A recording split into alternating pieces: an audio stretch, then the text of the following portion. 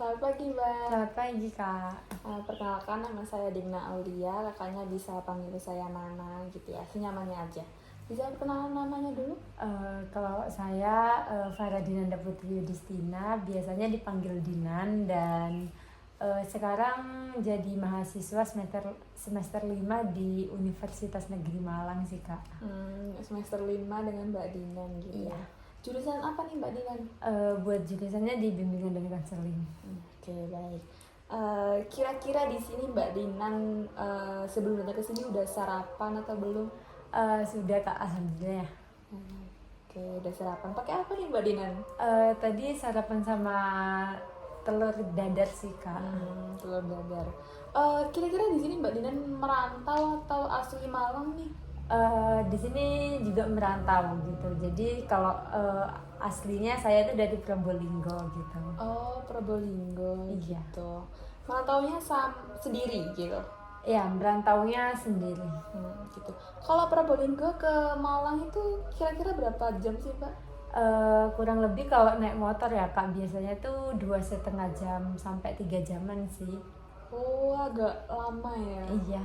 Biasanya Mbak Dinan ke Probolinggo gitu naik apa sih?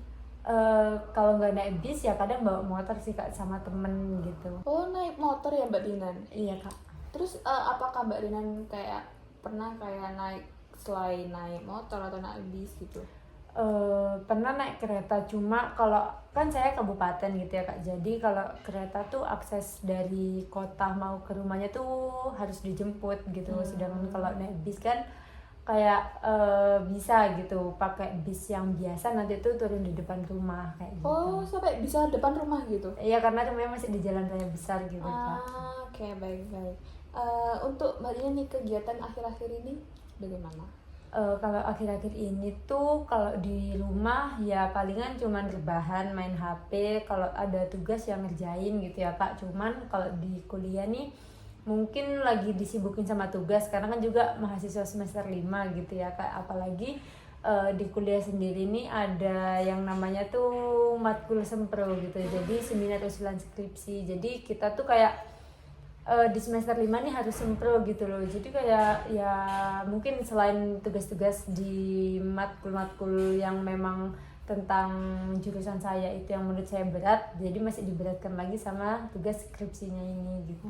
Gitu. Berarti semester 5 ini semakin berat gitu ya. Iya, Mbak betul Dinan? banget ya. Oke. Selain Mbak Dinan berkuliah, apakah ada kegiatan lain seperti mengikuti organisasi atau bagaimana?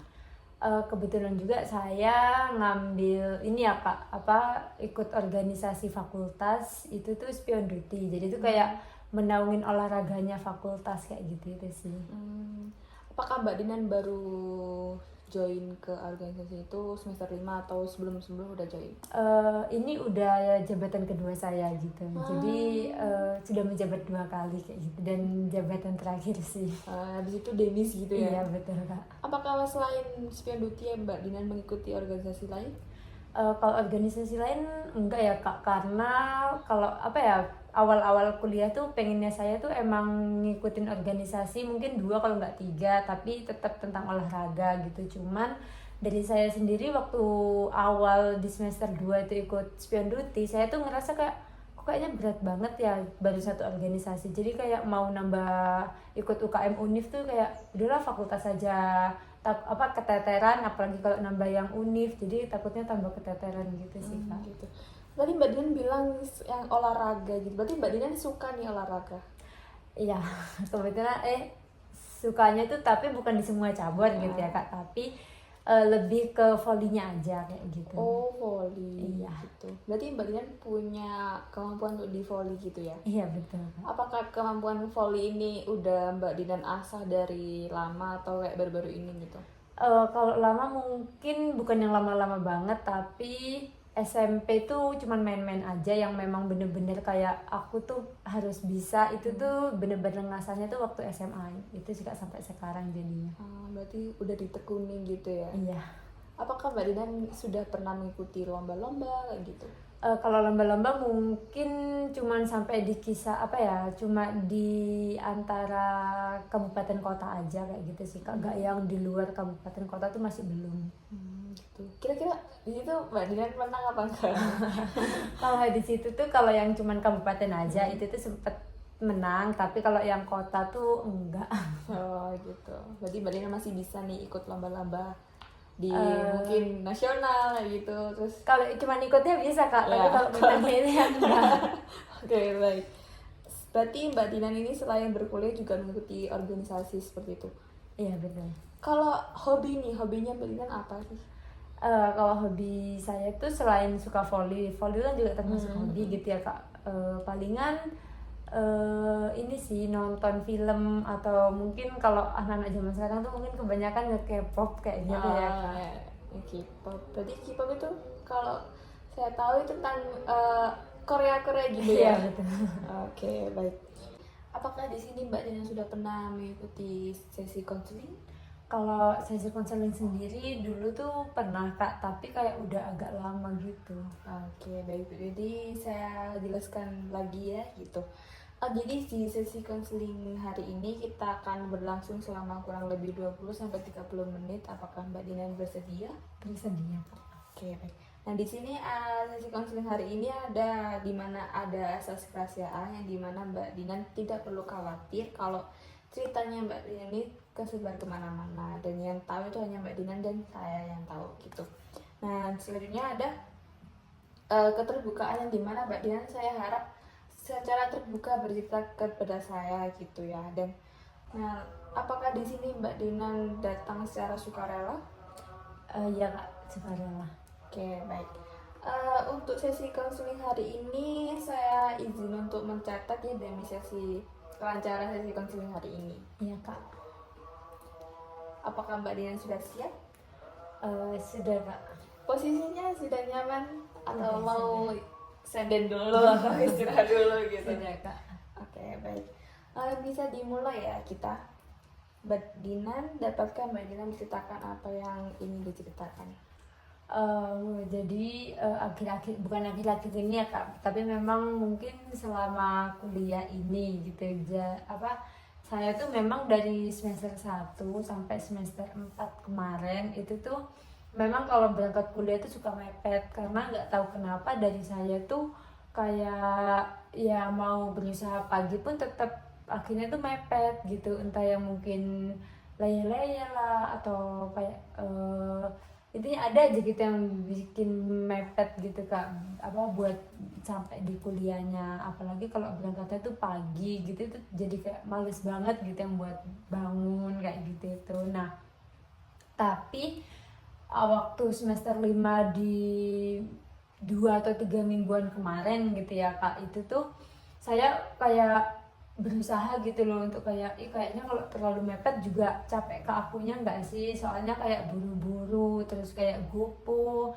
kayak di jalan juga nggak tenang gitu kan. Jadi tuh sempet saya tuh nyoba buat datengnya tuh lebih awal gitu, jadi biar nggak terlalu mepet banget juga gitu. Saya tuh nyoba dan ya pas itu bisa gitu kan kak saya terapin, tapi pas saya udah sampai di kampus nih kayak teman-teman saya tiba-tiba ada aja ada yang nyeletuk kayak Mbak Dinan tumben udah dateng, biasanya datangnya pas biasanya udah dateng kayak gitu itu. Nah dari situ tuh saya ngerasa kayak lah emang nggak boleh ya, maksudnya kayak aku kan juga mau berubah, tapi karena kayak dapet komentar kayak gitu itu dari temen tuh aku tuh jadi ngerasa kayak emang salah ya, kayak gimana ya, menurutku tuh omongan mereka tuh kayak nyindir gitu loh kak, jadi kayak bikin aku tuh jadi nggak enak sendiri gitu, kayak emang kenapa sih kalau datangnya aku lebih pagi, kayak emang aku harus telat terus kak kayak gitu itu sih. Jadi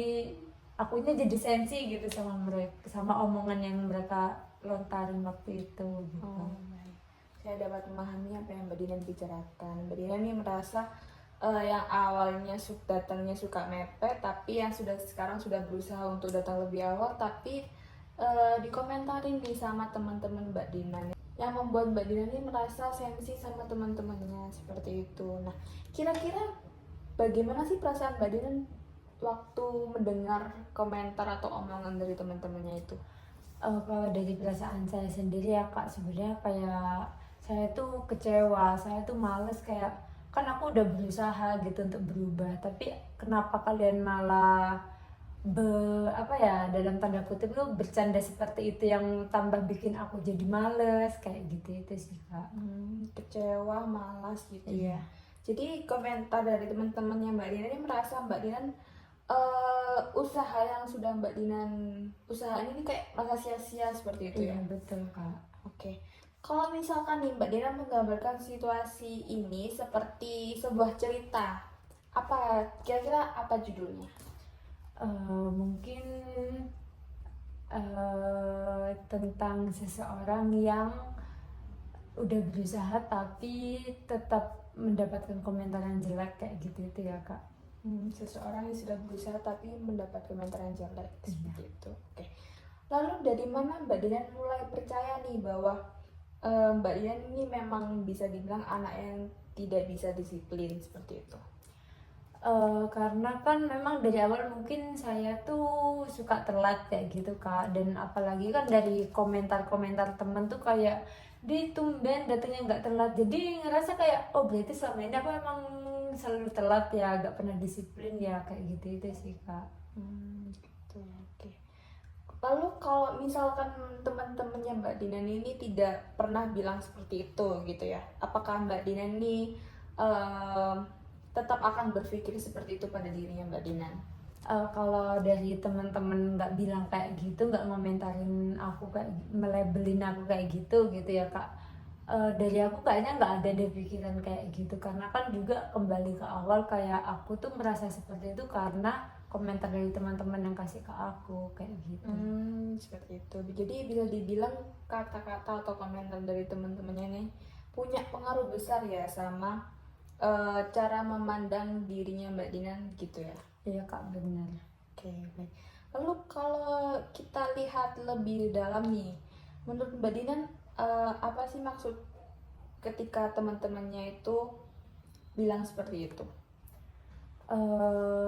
Mungkin kayak sesuatu yang membuat saya tuh jadi nggak termotivasi gitu ya kak, dan kayak apa ya, yang awalnya saya tuh udah mau gitu untuk berubah, tapi karena komentar dari teman-teman saya tuh jadi saya tuh ya males, ngapain saya berubah kalau ya teman-teman menganggap saya tuh nggak bisa berubah kayak gitu itu sih.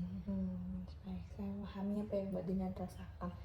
Lalu misalkan nih kalau Mbak Dinan bisa memberi nama pada masalah ini gitu ya, kira-kira apa nama yang cocok sama masalah itu? Bukan Mbak Dinanya tapi masalahnya. Mungkin si menyakitkan gitu ya kak. Si menyakitkan. Iya. Lalu kira-kira kapan sih biasanya si menyakitkan ini muncul di Mbak Dinan? Pada saat saya setiap mau berangkat ke kampus, apalagi kalau itu tuh waktu pagi hari gitu kak. Jadi kayak kalau jam kampusnya tuh pagi, itu tuh ngebuat saya tuh jadi kayak males dan nggak termotivasi lagi gitu buat berangkat pagi kayak gitu. Oh, pada ada kuliah pagi gitu ya Iya, yang buat betul. Mbak Dinan merasa males. Iya. Oke. Nah, lalu apa yang dilakukan si menyakitkan ini pada Mbak Dinan saat itu? Dia tuh jadi kayak apa ya, membuat saya nggak jadi termotivasi, karena juga toh tiap saya mau berubah dia pasti kayak ya udah kamu nggak bakalan bisa berubah kayak gitu itu sih kak. Oke, tidak termotivasi seperti itu ya. Nah, kalau misalkan si menyakitkan ini bisa bicara gitu ya, kira-kira apa yang dia bicarakan? Kayak gini ya kak, mungkin ngapain sih sok mau jadi orang yang disiplin, toh tetep aja kamu nggak bakalan bisa berubah, palingan itu juga bakalan terjadi cuman sekali aja kayak gitu itu. Berarti yang dominan negatif seperti itu ya Mbak Iya Dinan? gitu. Oke, baik. Kira-kira Mbak Dinan mau terus mendengarkan suara itu atau Mbak Dinan ingin melihat cara sudut pandang yang berbeda? Oh, dari saya sendiri ya kak, saya tuh pengen saya tuh nggak nggak peduli gitu sama komentar kayak gitu itu, tapi kayak diri saya tuh udah kemakan terus gitu. Tapi sebenarnya saya mau menolak gitu, nggak mau mendengarkan hal itu kayak gitu sih Kak. Oke, nggak menolak dan tidak mendengarkan hal itu. Kayak memahami apa yang Mbak Dian bicarakan. Nah, lalu seberapa besar sih pengaruh dari si menyakitkan ini terhadap semangatnya Mbak Dian untuk berangkat kuliah? Kalau pengaruh, berpengaruh banget gitu ya Kak. Jadi memang setiap saya mau berangkat kuliah tuh saya selalu kayak niat nggak ya, maksudnya kayak datang lebih awal atau enggak ya. Tapi kadang-kadang maksudnya nanti kok datang yang lebih awal teman-teman malah komentar lagi kayak gitu. Jadi kayak ya udahlah nggak usah, jadi ya udah kayak biasanya aja kayak gitu. Jadi sangat berpengaruh. Sangat berpengaruh gitu ya. Lalu pada situasi apa sih di hidupnya Mbak Dian ini paling kerasa nih terpengaruhnya? Setiap mau beraktivitas atau waktu bangun tidur kayak gitu Kak. Karena setiap setiap bangun tidur tuh pasti kayak selalu bimbang gitu loh, lah nggak usah berangkat pagi lah, jadi kayak nggak ada motivasi lagi itu kayak gitu sih Kak. Gitu. Oke, baik. Kira-kira apakah komentar yang diberikan teman-temannya Mbak Dina ini mempengaruhi cara Mbak Dina untuk berinteraksi sama teman-temannya gitu? Iya Kak, bener, karena kan ngerasa jadi risih, nggak enak gitu, males gitu loh Kak, tiap kayak yang mau ngajak ngobrol orang yang udah berbicara kayak gitu, itu kayak gitu sih. Gitu, risih, males buat ngajak ngobrol saya temannya. Iya. Nah, misalkan kalau si menyakitkan ini terus berkuasa nih dalam hidupnya Mbak Dina, menurut Mbak Dina apa yang bisa terjadi nih ke depannya?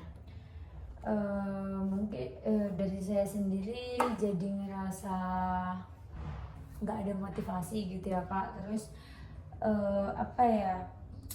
jadi yang awalnya aku tuh mau berubah malah kayak udah nggak usah berubah, atau nanti mereka bakalan responnya kayak gitu lagi gitu, itu sih Kak.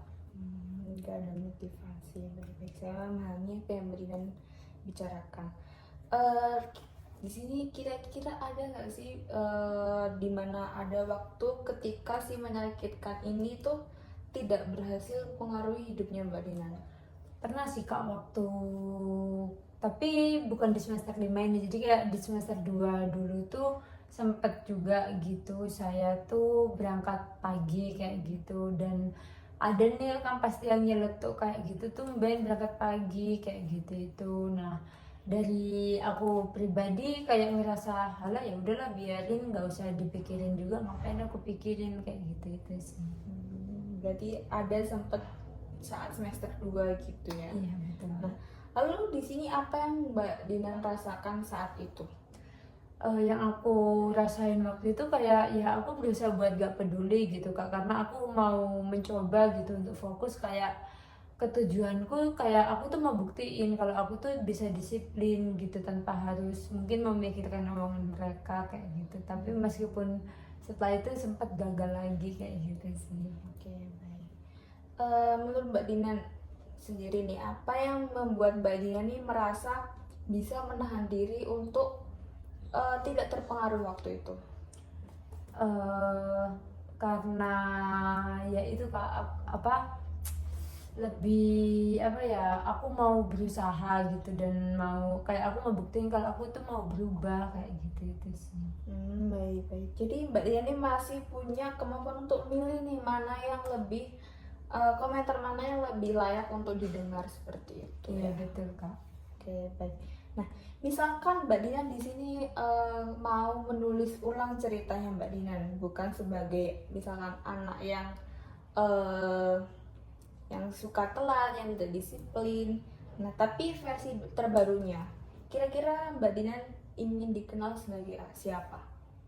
Kalau dari aku pribadi, aku tuh pengen dilihat atau dikenal sama teman-temanku tuh kayak anak yang mau berusaha dan bisa berubah kayak gitu sih Kak. Oke, anak yang mau berusaha dan bisa berubah. Iya. Oke, baik, itu sangat bagus ya Mbak Dina. Nah, kalau misalkan cerita Mbak Dina nih diberi judul nih, kira-kira judul yang cocok apa nih? Buat judul yang cocok kayaknya lebih ke anak yang bisa disiplin dan berangkat lebih awal tanpa harus dikomentari tumben dengan teman-teman. Oke, keren keren keren. Lalu kira-kira siapa yang ingin Mbak Dinan tunjukkan nih cerita barunya Mbak Dinan ini? Yang paling penting dan terutama pasti ya teman-teman saya gitu kak, karena kan dari saya sendiri juga membuktiin kalau aku tuh mau berubah memang karena pengen, bukan yang kayak harap paling cuma sekali dua kali kayak gitu itu. Oke, baik. Dari ceritanya Mbak Dinan ini, bagaimana sih perasaan Mbak Dinan setelah Mbak Dinan yang tahu kalau ternyata tidak sama apa yang teman-temannya Mbak Dinan katakan? Kalau dari cerita ini saya mungkin merasa kayak sebenarnya bukan dari saya gitu kak yang bermasalah, tapi apa ya, dari teman-teman, apa karena komentar dari teman-teman itu yang membuat saya jadi makin gak pede, gak percaya diri buat apa ya, fokus buat berubah kayak gitu itu sih. Oke, baik, saya memahami apa yang Mbak Dinan bicarakan. Oke. Dari sini Mbak Dinan punya cerita baru ya gitu. Lalu bagaimana perasaan Mbak Dinan sekarang? Kalau dari perasaan saya setelah konseling ini ya kak, saya itu jadi merasa lebih lega, terus jadi memiliki pandangan baru gitu tentang diri saya seperti itu. Oke, baik, saya dapat memahami apa yang Mbak Dinan bicarakan. Nah, apa dari Mbak Dinan sendiri sudah merasa cukup? Iya sudah kak. Oke, baik. Dari cerita yang Mbak Dinan sampaikan tadi, dapat saya simpulkan bahwa Mbak Dinan ini awalnya suka datang terlambat atau suka datang mepet saat berkuliah, dan pada akhirnya Mbak Dinan sudah berusaha untuk datang lebih awal, tetapi Mbak Dinan mendapatkan komentar-komentar yang menurut Mbak Dinan ini merasa membuat Mbak Dinan merasa malas untuk datang berkuliah seperti itu. Nah, tapi di sini Mbak Dinan sudah mengetahui nih, sudah mempunyai cerita baru yang dimana Mbak Dinan merasa ceritanya itu anak yang mau berusaha dan mau berubah seperti itu. Nah, di sini saya dapat akhiri sesi konseling hari ini. Nanti kita dapat jadwalkan kembali di sesi konseling kedua seperti itu. Apakah Mbak Dinan sudah cukup? Sudah. Baik. Terima kasih ya Mbak Dian sudah mau terbuka kepada saya, dan kita akan jadwalkan lagi di sesi konseling kedua seperti itu. Terima kasih Mbak Dian. Terima kasih juga kak.